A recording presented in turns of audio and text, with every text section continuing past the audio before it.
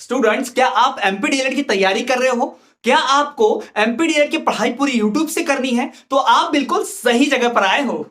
Hello students, मेरा नाम है अभिषेक वर्मा और स्वागत है आपका हमारे चैनल स्टडी क्लास पे, जहां आज मैं आपके लेकर आया हूं एमपीडीएलएड का प्रथम वर्ष का विषय हिंदी भाषा शिक्षण। जी हां, हम बात करेंगे इस वीडियो लेक्चर में हिंदी भाषा शिक्षण की। मैं बिना देरी के सबसे पहले आपको बता दूं कि इस वीडियो लेक्चर में हम क्या क्या पढ़ने वाले हैं। तो इस वीडियो लेक्चर में हम हिंदी भाषा शिक्षण की इकाई 1 की बात करेंगे, जिसके अंक विभाजन की बात करेंगे। साथ ही साथ हम इसके अति लघु उत्तरीय प्रश्नोत्तरों की, लघु उत्तरीय प्रश्नोत्तरों की और दीर्घ उत्तरीय प्रश्नोत्तरों की बात करेंगे। तो पूरी इकाई बहुत ही इंटरेस्टिंग, बहुत ही महत्वपूर्ण है। 13 नंबर की इकाई है, 13 अंक आपको मिलेंगे सिर्फ ये एक वीडियो देखकर। तो वीडियो मिस मत करना, वीडियो को एंड तक बने रहना।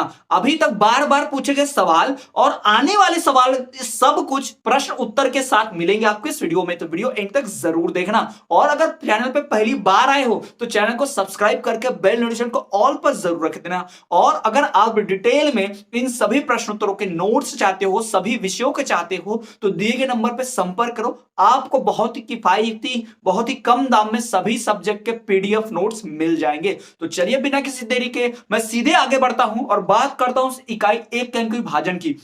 तो बात करें इस इकाई 1, जिसका नाम है हिंदी भाषा शिक्षण के उद्देश्य और कक्षा प्रतिक्रिया। अब नाम ही है हिंदी भाषा शिक्षण के उद्देश्य, तो इससे संबंधित सवाल तो आएगा ही आएगा। साथ ही साथ अगर बात करें इसके अंक विभाजन की, तो इस इकाई 1 पर कुल अंक आवंटित है 13। जी हाँ, कितने अंक आवंटित है? 13 अंक। 13 मार्क्स मिलेंगे इस एक इकाई को पढ़कर, जिसमें से 1 मार्क्स के आएंगे 3 क्वेश्चन, यानी कि तीनों एमसीक्यू होंगे, ऑब्जेक्टिव 1 1 1। ठीक, उसके बाद 2 नंबर का आएगा एक प्रश्न, साथ ही साथ 3 नंबर का एक प्रश्न और 5 नंबर का एक प्रश्न, यानी अति लघु उत्तरीय 1, साथ ही साथ लघु उत्तरीय 1 और दीर्घ उत्तरीय भी 1। तो इस प्रकार से 5 और 3 8 और 2 10 और 3 13। तो इस प्रकार से इस इकाई 1 पर अंक आवंटित हो गए 13। तो बात होगी अंक विभाजन की। तो चलिए अब बिना देरी के बढ़ते हैं और देखते हैं सबसे महत्वपूर्ण वस्तुनिष्ठ प्रश्नोत्तर कौन से हैं। 3 नंबर तो अभी मिल जाएंगे। चलिए बात करते हैं और देखते हैं सबसे पहला। तो पहला है, भारत की राष्ट्रभाषा क्या है? भाई आप सबको पहले से पता होगा, नहीं पता है तो जान लीजिए, भारत की राष्ट्रभाषा हिंदी है। क्या है भारत की राष्ट्रभाषा? हिंदी। दूसरा, मानक भाषा किसे कहते हैं? मानक भाषा जिसे माना हुआ रूप है, जिसका व्याकरण है, जिसमें साहित्य की रचना की जाती हो, तो मानक भाषा किसे कहते हैं? साहित्यिक भाषा को। जी हाँ, साहित्यिक भाषा ही दूसरा नाम क्या है? मानक भाषा। या मानक भाषा का ही दूसरा नाम क्या है? साहित्यिक भाषा। कैसे भी पूछ देगा, पूरी पढ़ाई कीजिए। ठीक है। अगला, हिंदी भाषा का विकास खड़ी बोली भाषा से हुआ है। जो हिंदी भाषा है उसका विकास किससे हुआ है? तो हिंदी भाषा का विकास हुआ है खड़ी बोली भाषा।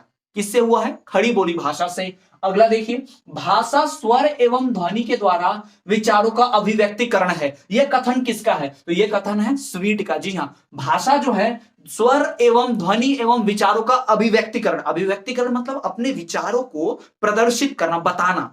तो भाषा जो है स्वर एवं ध्वनि के द्वारा विचारों का अभिव्यक्तिकरण है। यह किसने कहा है? तो भाई यह स्वीट ने कहा है। किसने कहा है? स्वीट ने, याद रखिएगा। अगला, मध्य प्रदेश के बस्तर जिले के आदिवासी क्षेत्र की बोली है। अब उत्तर जानने से पहले मैं बता दूं कि यहां पर मध्य प्रदेश के बस्तर जिला, मध्य प्रदेश का सागर संभाग, मध्य प्रदेश का इंदौर क्षेत्र, मध्य प्रदेश का उज्जैन क्षेत्र, भाई इनसे संबंधित सवाल जरूर पूछेगा। भाई एमपीडीएलएड है तो एमपी की और भाषा शिक्षण का सवाल है, विषय है, तो भाई उससे जुड़े हुए प्रश्न तो पूछेगा ही पूछेगा। तो सारे प्रश्न यहां पर पढ़ेंगे हम।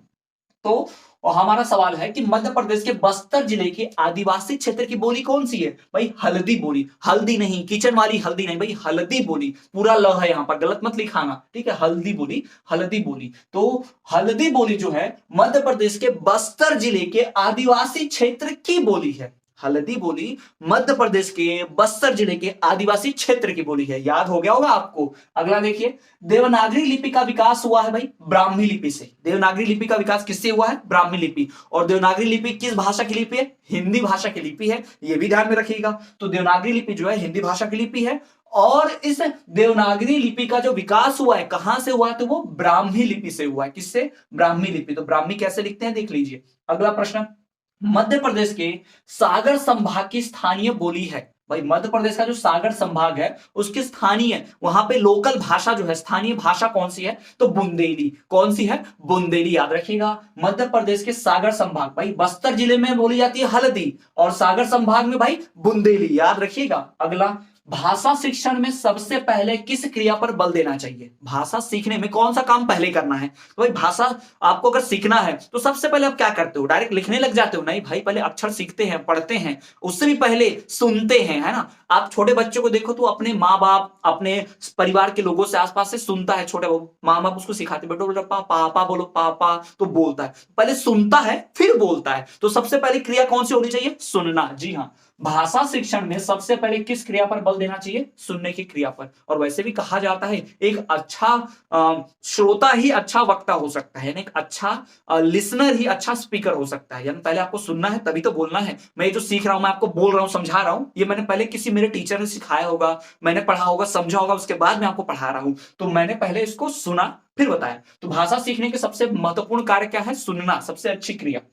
उसके बाद वर्तमान में मानक हिंदी रूप में प्रयुक्त होती है। वर्तमान में, प्रेजेंट में मानक हिंदी यानी मानवी हिंदी, यानी इसको भी हिंदी भाषा का मानक रूप है, दर्जा प्राप्त है। वो कौन सी भाषा है? तो भाई वो है खड़ी बोली हिंदी। जी हाँ, वर्तमान में मानक हिंदी रूप में प्रयुक्त होती है खड़ी बोली हिंदी। कौन सी? खड़ी बोली हिंदी। जी हाँ। अगला देखिए, मालवी बोली का केंद्र स्थल क्या है? मालवी बोली का केंद्र स्थल इंदौर है। मालवी बोली का केंद्र स्थल क्या है? इंदौर है। बढ़ते अगले प्रश्न की ओर। मालवी भाषा का क्षेत्र क्या है? भाई उज्जैन है। मालवी भाषा का क्षेत्र क्या है? उज्जैन। मालवी भाषा का, अब आप बोलेंगे, कंफ्यूज हो जाएंगे, भाई यहां मालवी बोली बोला इंदौर, यहां मालवी बोली बोला उज्जैन। तो भाई ध्यान से देखिए प्रश्न को, मालवी बोली का केंद्र स्थल पूछा है, तो भाई केंद्र स्थल क्या है? इंदौर। और पूछा है भाषा का क्षेत्र, तो भाषा का क्षेत्र क्या है? भाई उज्जैन है। भाषा का क्षेत्र उज्जैन है। केंद्र इंदौर है लेकिन पूरा क्षेत्र जो है वो उज्जैन है। ये ध्यान में रखिएगा आप, ठीक है। अगला प्रश्न, बोली विकसित होकर भाषा का स्वाभाविक रूप ले लेती है। जी हाँ, कोई बोली जाने वाली बोली जो होती है, किसी क्षेत्र में बोले वाली पर्टिकुलर भाषा, एक निश्चित बोली को ही आगे चल के भाषा का रूप दिया जाता है। तो बोली विकसित होकर भाषा का स्वाभाविक रूप ले लेती है। तो ये क्लियर होगा। तो ये 12 एमसीक्यूज हो गए। अब हम बढ़ेंगे अति लघु उत्तरीय और लघु उत्तरीय प्रश्नों की ओर, लेकिन उससे पहले चलिए छोटा सा फट से रिवीजन कर लिया जाए कि भारत की राष्ट्रभाषा हिंदी है, मानक भाषा है, साहित्यिक भाषा, हिंदी भाषा का विकास खड़ी बोली भाषा से हुआ है, भाषा स्वर एवं ध्वनि के द्वारा विचारों का अभिव्यक्तिकरण है। किसने कहा है? स्वीट ने कहा है। अगले देखिए, मध्य प्रदेश के बस्तर जिले के आदिवासी क्षेत्र की कौन सी बोली है? हल्दी बोली है। देवनागरी लिपि का विकास ब्राह्मी लिपि से हुआ है। मध्य प्रदेश के सागर संभाग की स्थानीय भाषा बोली है बुंदेली। फिर भाषा शिक्षण में सबसे पहले किस क्रिया पर बल देना चाहिए? सुनने के ऊपर। फिर वर्तमान में मानक हिंदी रूप में प्रयुक्त होती है भाई खड़ी बोली हिंदी। मालवी बोली का केंद्र स्थल इंदौर है। भाषा क्षेत्र इसका उज्जैन है। मालवी भाषा का क्षेत्र उज्जैन है। अगला, बोली विकसित होकर भाषा का स्वाभाविक रूप ले लेती है। किसका रूप लेती है? भाषा का स्वाभाविक रूप लेती है। तो ये 12 महत्वपूर्ण वस्तुनिष्ठ प्रश्न उत्तर, इनमें से ही 3 आएंगे, 100% गारंटी, लिख के ले लो। जी हाँ, 3 यहीं से आएंगे। अगर अभी तक की वीडियो ध्यान से देखिए तो 3 नंबर पक्के हो गए तुम्हारी सिकाई से। अब बढ़ते हैं कुछ अति लघुत्तर प्रश्नों की ओर, जो 2 नंबर के लिए पूछ सकता है या 3 नंबर के लिए लघुत्तर भी पूछ सकता है। तो देखिए, उसमें सबसे पहला है, प्रादेशिक भाषा किसे कहते हैं? भाई प्रादेशिक भाषा, भाई राज्य में बोली जाने वाली भाषा को प्रादेशिक भाषा कहते हैं। जैसा कि आप जानते हैं, पूरे देश की एक राष्ट्रभाषा राजभाषा होती है।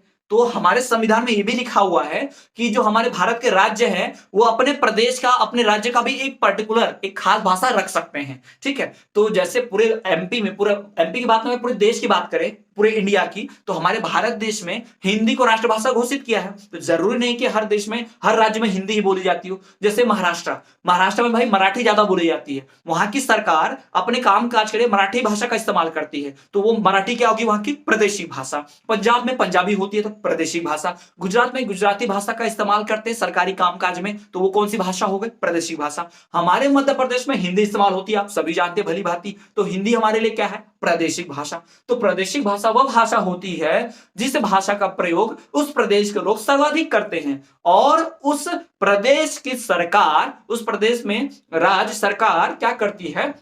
उस भाषा का प्रयोग अपने कामकाज में अत्यधिक करती है। तो उसे ही क्या कहते हैं भाई?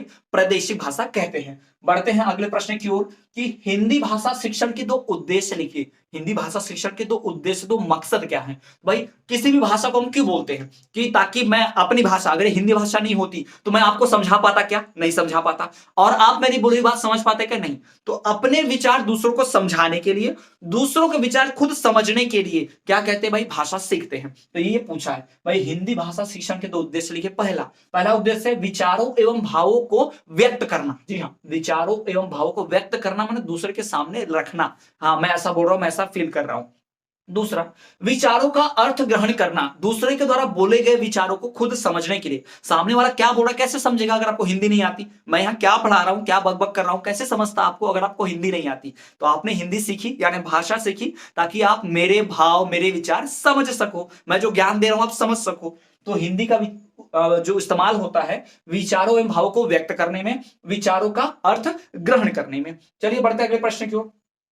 हिंदी को ही राजभाषा, सरकारी भाषा का स्थान क्यों दिया गया? भाई भारत में हिंदी को ही राजभाषा, सरकारी भाषा, यानी हमारी जो सरकार है हिंदी भाषा का इस्तेमाल करती है कामकाज में। जितने भी नियम कानून बनते हैं अधिकतर वो हिंदी भाषा में होते हैं। संसद में आपने देखा होगा, लोकसभा राज्यसभा में हिंदी में ही या अंग्रेजी में ही बोला जाता है। ऐसा क्यों?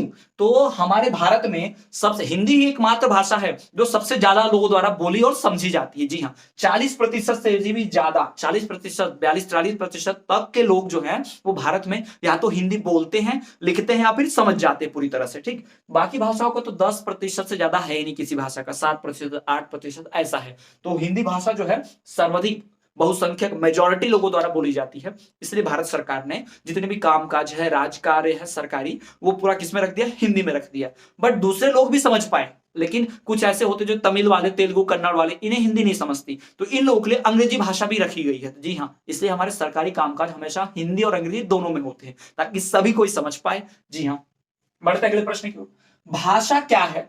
भाषा क्या है? भाषा वो माध्यम है जिससे हम अपने विचारों एवं भावों को व्यक्त कर सकते हैं तथा दूसरे के विचारों को समझ सकते हैं। यही तो बड़ा आसान है, बहुत ही आसान है भाई। भाषा क्या है? बोली क्या है? भाषा से हम भाई दूसरों को अपनी बातें बताते हैं, दूसरों की बातें समझते हैं। तो यही लिखना है, भाषा वह माध्यम है जिसके द्वारा हम अपने विचारों एवं भावों को दूसरों के सामने प्रकट कर सकते हैं तथा दूसरे के विचारों एवं भावों को समझ सकते हैं। यही भाषा है। समझ गए? बहुत आसान है। अगला देखिए, राष्ट्रभाषा और राजभाषा में अंतर लिखिए। भाई 17 नंबर का क्वेश्चन पूरा खतरे वाला क्वेश्चन है। 17 खतरा, ध्यान रखिए भाई। राष्ट्रभाषा और राजभाषा में अंतर। राष्ट्रभाषा वो होती है जो पूरे देश में सर्वाधिक बोली जाती हो, और राजभाषा, राज मतलब होता है सरकारी कामकाज, राजभाषा वो होती है जिस भाषा में सरकार अपने सारे कामकाज करती है। तो हमारे देश में हिंदी को राष्ट्रभाषा का दर्जा प्राप्त है, जबकि जो सरकारी कामकाज होते हैं वो हिंदी इंग्लिश दोनों में होती हैं। तो हमारे यहाँ दो राजभाषा हैं, याद रखिए। राजभाषा वो भाषा होती है जिसमें सरकार के कामकाज होते हैं, और राष्ट्रभाषा वो होती है जिस भाषा को एक राष्ट्र में, एक देश में सर्वाधिक लोगों के द्वारा बोली और समझी जाती है। तो ये हो गया राष्ट्रभाषा और राजभाषा में अंतर। आई होप कि आपको पूरा समझ गया होगा। तो ये हो गया सबसे महत्वपूर्ण 17 प्रश्न उत्तर। यहीं से आपको कम से कम भाई 5-8 नंबर तो गारंटेड है। अगर इतना पढ़ लिए तो 5 से 8 नंबर आपके फिक्स हो गए हैं। जी हाँ, तो ये मैं थोड़ा सा साइड होता हूं, आप इसको स्क्रीनशॉट ले लीजिए, वीडियो को रोक कर स्क्रीनशॉट ले लीजिए, या फिर वीडियो पॉज कर आप पूरा लिख भी सकते हैं। तो चलिए बढ़ते हैं कुछ अन्य महत्वपूर्ण प्रश्न उत्तरों की तरफ। सो स्टूडेंट, चलिए आगे बढ़ते हैं और देखते हैं कुछ अन्य महत्वपूर्ण लघु उत्तरीय और दीर्घ उत्तरीय प्रश्न उत्तर जो परीक्षा की दृष्टि से बहुत महत्वपूर्ण है। परीक्षा में आएंगे ही आएंगे 5 या फिर 3 नंबर के लिए। लेकिन उससे पहले मेरी एक छोटी सी रिक्वेस्ट है कि अगर आपको अभी तक की वीडियो बहुत पसंद आई है, थोड़ा सा भी अच्छा लगा है, तो वीडियो को लाइक करके शेयर जरूर कीजिए अपने क्लासमेट्स और फ्रेंड के साथ। साथ ही साथ चैनल पर नए हैं तो प्लीज सब्सक्राइब कीजिए, बेल नोटिफिकेशन ऑल पर रखिए। ऐसी वीडियोस बनाने के लिए मुझे बहुत मेहनत लगती है, और आपका एक लाइव, एक सब्सक्रिप्शन मेरे लिए मोटिवेशन, प्रेरणा स्रोत का काम करता है। मेरा आत्मविश्वास बढ़ता है। मैं आपके लिए और भी वीडियोस ऐसे ही लाता रहूंगा। आप चैनल को सब्सक्राइब जरूर कीजिए, साथ ही साथ वीडियो को लाइक करके शेयर करना ना ही भूलें, और कमेंट जरूर करें वीडियो आप कहां से देख रहे हैं, वीडियो आपको कैसी लगी। तो चलिए बढ़ते हैं और देखते हैं महत्वपूर्ण प्रश्न। प्रश्न क्रमांक 18 कि भाषा अर्जन के लिए यानी भाषा सीखने के लिए भाषा शिक्षण के दौरान प्रयोग किए जाने वाले कोई 4 प्रमुख सिद्धांतों का वर्णन कीजिए। यानी 4 कोई सिद्धांत बताइए जिसे भाषा सीखने के वक्त इस्तेमाल करते हैं। तो देखिए इसका उत्तर कैसे लिखेंगे। भाषा अर्जन के लिए भाषा शिक्षण के दौरान प्रयोग किए जाने वाले 4 प्रमुख सिद्धांत निम्नलिखित दिए गए हैं। प्रश्न से ही उत्तर बनाओ, बड़ा आसान है, प्रश्न से उत्तर बनाना चाहिए। ठीक है, निम्नलिखित दिए गए हैं। नंबर 1, स्वाभाविकता का सिद्धांत, जी हाँ, ऐसा लिखिए, टाइटल दीजिए स्वाभाविकता का सिद्धांत। नंबर 2 प्रयत्न का सिद्धांत। नंबर 3 रुचि का सिद्धांत। नंबर 4 बोलना और लिखने का सिद्धांत। ऐसे 4 लाइन से लिख दीजिए। फिर उसके बाद नीचे लिखिए, हेडिंग डाल के लिखिए स्वाभाविकता का सिद्धांत, फिर डैश देखिए, उसमें थ्योरी में उसको समझा दीजिए 4-5 लाइन में कि भाई स्वाभाविकता का सिद्धांत क्या होता है। भाई कभी भी भाषा सीखने के लिए हमें स्वभाव के ऊपर ध्यान देना होता है कि कौन सा व्यक्ति किस स्वभाव से भाषा में बोल रहा है ना, किस भाषा से बोल रहा है, क्या स्वभाव है। दूसरा वो प्रयत्न का सिद्धांत होना चाहिए। तो आप एक एक को ऐसे करके समझाते चलिए, आप एक एक को लिखिए, फिर उसके नीचे 4-5 लाइन उसमें समझा दीजिए। तो इस प्रकार से आपको पूरे 5 नंबर या 3 नंबर जरूर मिलेंगे गारंटी के साथ। आपको सिर्फ ऐसे नहीं लिख देना है, यहां बोर्ड पे जगह कम है, समय कम है, इसलिए मैंने ऐसा लिखा हुआ है, लेकिन आपको पूरा डिटेल में लिखना है। आपको इतना लिखना आता है, मैं जानता हूं आप लिख लोगे सभी लोग, ठीक। तो ऐसा लिख दीजिएगा। बढ़ते हैं दूसरे प्रश्न की ओर। हिंदी भाषा शिक्षण में आने वाली बाधाओं को बतलाइए। भाई हिंदी भाषा सीखना है तो उसमें आने वाली क्या क्या कठिनाइयां परेशानियां हैं। तो हिंदी भाषा शिक्षण में आने वाली कठिनाइयां निम्नलिखित दी गई हैं। डैश दे दीजिए। नंबर 1 उच्चारण स्तर। पहले तो भाई सुनने का स्तर, श्रवण स्तर, कौन क्या ढंग से सीख सुन पाता है कि नहीं। यहाँ श्रवण स्तर मैंने यहाँ लिखा है, आपको नंबर 1 बनाना है, ठीक है। श्रवण स्तर पहले सुनने से शुरू होता है, फिर उच्चारण, सुनने के बाद बोलना। कोई छात्र अगर हमको हिंदी सिखाना है, वो हिंदी सीख रहा है, तो उसका उच्चारण स्तर क्या है, क्या वो सही प्रोनाउंसिएशन, सही उच्चारण कर पा रहा है, तो अच्छा सीख रहा है। फिर वाचन स्तर, भाई पढ़ने का लेवल क्या है, पढ़ने का स्तर क्या है, कैसे पढ़ता है। फिर लेखन स्तर, लिखता कैसे है, मात्राएं गलत होती है, हैंड राइटिंग जो है उसकी शुद्ध है कि नहीं, हस्तलेखन। फिर वाक्य रचना स्तर, वो वाक्य सही बना पाता है कि नहीं। फिर शब्दावली स्तर, उसके पास शब्द, यानी अगर हम डिक्टेट करते हुए कुछ बोलते हैं तो उसको पता होता है कि इसको क्या बोलते हैं। अगर कोई बहुत दुखी है तो क्या कहेंगे, उसके लिए कौन सा शब्द आएगा। तो स्टूडेंट्स हिंदी भाषा शिक्षण में इन निम्न बातों का ध्यान रखना पड़ता है, क्योंकि ये बाधाएं हैं, ये बाधाएं आते रहती हैं। भाई उच्चारण स्तर क्या है, बोलना सही से होता है या नहीं, लिखना सही से है नहीं, सुनने का सही से तरीका है या नहीं, सुन पा रहे हैं कि नहीं पूरा। तो ये सारी जो बाधाएं हैं, उच्चारण स्तर, वाचन स्तर, लेखन स्तर, श्रवण स्तर, वाक्य रचना स्तर और शब्दावली स्तर, ये सारे बहुत महत्वपूर्ण हैं। यही बाधाएं आती हैं किसी हिंदी भाषा को सीखने में, और ये अन्य भाषाओं पर भी लागू होता है, मात्र हिंदी नहीं, अन्य भाषाओं को सीखने में भी यही सब लागू होता है। चलिए बढ़ते अगले प्रश्न को। द्वितीय भाषा के रूप में हिंदी शिक्षण की विधियां लिखिए। भाई द्वितीय भाषा के रूप में, सेकंड लैंग्वेज के रूप में अगर आपको हिंदी सीखना है तो कैसे सीखेंगे। तो द्वितीय भाषा के रूप में अगर हिंदी शिक्षण की विधि की बात करें तो भाई पहला इसमें व्यवहार या प्रयोग विधि। जी हाँ, इसमें व्यवहार और प्रयोग, यानी प्रयोग करके। भाई हिंदी सिखानी है तो हिंदी बोलना पड़ेगा ना। अब मान लीजिए हिंदी की कक्षा चल रही है, हिंदी पढ़ा रहे और सभी लोग अंग्रेजी में बात कर रहे हैं, तो हिंदी सीख पाएंगे, नहीं सीख पाएंगे। जैसे अंग्रेजी के लिए होता है कि अंग्रेजी पढ़ाना है और अंग्रेजी में नहीं बोल रहे हैं तो कैसे सीख पाएंगे, तो बिल्कुल वैसे ही। तो अंग्रेजी सीखने के लिए अंग्रेजी में बोलना जरूरी है, तो अगर प्रयोग करना जरूरी है। तो कोई भी भाषा सीखना है, हिंदी भाषा सीखना है तो भाई उसको बोलना पड़ेगा। प्रत्यक्ष विधि यानी सामने करके दिखाइए, बोलकर दिखाइए सबको। फिर अप्रत्यक्ष विधि यानी घर पर बोलने बोलिए, अपने हिसाब से उसको सीखने बोलिए। और वाक्य संरचना विधि, जी हाँ, वाक्यों की रचना करो। टीचर डिक्टेट करता है कि राम स्कूल जाता है, इसका इंग्लिश में बनाकर दिखाइए सेंटेंस, तो ये वाक्य रचना विधि। इन सब विधियों से हिंदी या दूसरी भाषा सीखी जाती है। तो ये सारी विधियां जो है हिंदी भाषा सीखने में भी काम आती है, दूसरी भाषा में भी। तो आप लिखेंगे कैसे इसका उत्तर, द्वितीय भाषा के रूप में हिंदी शिक्षण की विधियां निम्नलिखित दी गई हैं। नंबर 1 व्यवहार या प्रयोग विधि, ये लिखकर डैश देकर उसमें थ्योरी लिख दीजिए 4-5 लाइन की। नंबर 2 प्रत्यक्ष विधि, डैश देकर 4-5 लाइन की थ्योरी लिख दी। ऐसा करके आप सारी लिख देंगे। बढ़ते अगले प्रश्न की ओर। भाई बालकों के विकास में मातृभाषा या संपर्क भाषा का महत्व लिखिए। भाई बालक जो होते हैं उनके विकास में मातृभाषा या संपर्क भाषा, उनका महत्व लिखिए। भाई बालकों के विकास में इनका महत्व क्या है, मतलब हमारी जो मातृभाषा होती है, चाहे भाई आपकी हिंदी हो या मराठी हो या फिर आपकी मातृभाषा भोजपुरी हो, पंजाबी, गुजराती, जो भी हो, उसका महत्व क्या है। भाई मातृभाषा में ही हमको हमारे पूरे परिवार में, वातावरण में सब कुछ सही गलत सीखने मिलता है। बेटा गलत नहीं करना, झूठ नहीं बोलना, ये हमको कभी इंग्लिश में थोड़ी सिखाते हैं हमारे माँ बाप ने, पेरेंट्स ने, पहले बचपन में सिखाया था अपनी मातृभाषा में। तो मातृभाषा क्या क्या विकास कर, देखिए तो पहला तो भाई विचारों का साधन है। मातृभाषा जो होती है विचार यानी सोचने का। आप जब मन में सोचते हैं, आप सपना देखते हैं, तो इंग्लिश में देखते हैं कि सपना, बिल्कुल भी नहीं। आप जिस भाषा में एकदम कंफर्टेबल हैं, जो भाषा आपको सरल है, जो आप भाषा आपकी मातृभाषा, आप उसी में सोचते हो, उसी में सपना देखते हो, है ना। तो विचार करने का साधन, मन में सोचिए, I am thinking in English, possible है नहीं, आप उसी में सोच सकते जो आपकी मातृभाषा हो। ज्ञान अर्जन साधन। भाई मातृभाषा के माध्यम से ज्ञान अर्जित किया जा सकता है, बड़ा सरल और आसान होता है। किसी छात्र को अंग्रेजी भाषा में समझाओ, नहीं समझेगा, उसकी मातृभाषा में समझाओ, फट से समझ जाएगा। तो ज्ञान अर्जन करने का साधन। विद्यालय जीवन का आधार है भाई मातृभाषा। फिर मानसिक एवं बौद्धिक विकास, मातृभाषा से मानसिक और बौद्धिक विकास किया जा सकता है। भावनात्मक विकास, जब हम इमोशनल होते हैं, बहुत दुखी होते हैं, तो हम अपनी मातृभाषा में ही रोते या खुश होते हैं ना, ध्यान रखिएगा। फिर सामाजिक विकास, सांस्कृतिक विकास, चारित्रिक विकास, तो ये सब जो है मातृभाषा से ही हो जा सकता है। मातृभाषा का इतना सारा महत्व है, ध्यान रखिए। तो ये हो गए सबसे महत्वपूर्ण 21 क्वेश्चन। जी हाँ, 21 क्वेश्चन सबसे महत्वपूर्ण है, ये आपके सामने है। आप स्क्रीनशॉट ले लीजिए, पॉज कर इसे लिख लीजिए। साथ ही साथ स्टूडेंट्स, अगर आप पूरे फुल नोट चाहते हैं तो आप दिए गए नंबर पर संपर्क करके सारे नोट्स हासिल कर सकते हैं पीडीएफ फॉर्म में, बहुत ही कम दाम में। जी हाँ, पूरे 10 के 10 विषय हासिल कर सकते हैं। स्टूडेंट्स, अब तक आपको ये वीडियो कैसी लगी है जरूर बताइए, कमेंट कीजिए। वीडियो पसंद आई है तो वीडियो को लाइक करके चैनल सब्सक्राइब जरूर कर दीजिएगा, और किसी जरूरतमंद की मदद करना चाहते हो तो इस वीडियो को उस तक शेयर जरूर कर दीजिएगा, ताकि उन्हें भी ये वीडियो मिले और वो भी पढ़कर बहुत अच्छे से पास हो जाएं। और तो और स्टूडेंट्स, अगर आपको हमारे अन्य सोशल मीडिया के प्लेटफॉर्म चाहिए, लिंक चाहिए, तो आप हमें टेलीग्राम ग्रुप पे फॉलो कर सकते हो। इस वीडियो के डिस्क्रिप्शन में लिंक है टेलीग्राम चैनल की, आप जाके हमारा चैनल ज्वाइन कर लीजिए। वहां आपको बहुत सारी चीजें मिलेंगी, जैसे कि आपको वहां पर न्यूज, इंफॉर्मेशन, वीडियो लेक्चर्स, साथ ही साथ फैक्ट वगैरह सब कुछ मिलेगा। साथ ही साथ आप हमें अन्य सोशल मीडिया प्लेटफॉर्म, जैसे कि आप हमें फेसबुक, इंस्टाग्राम और टेलीग्राम पे फॉलो करना ना भूलें, हम हर जगह हैं।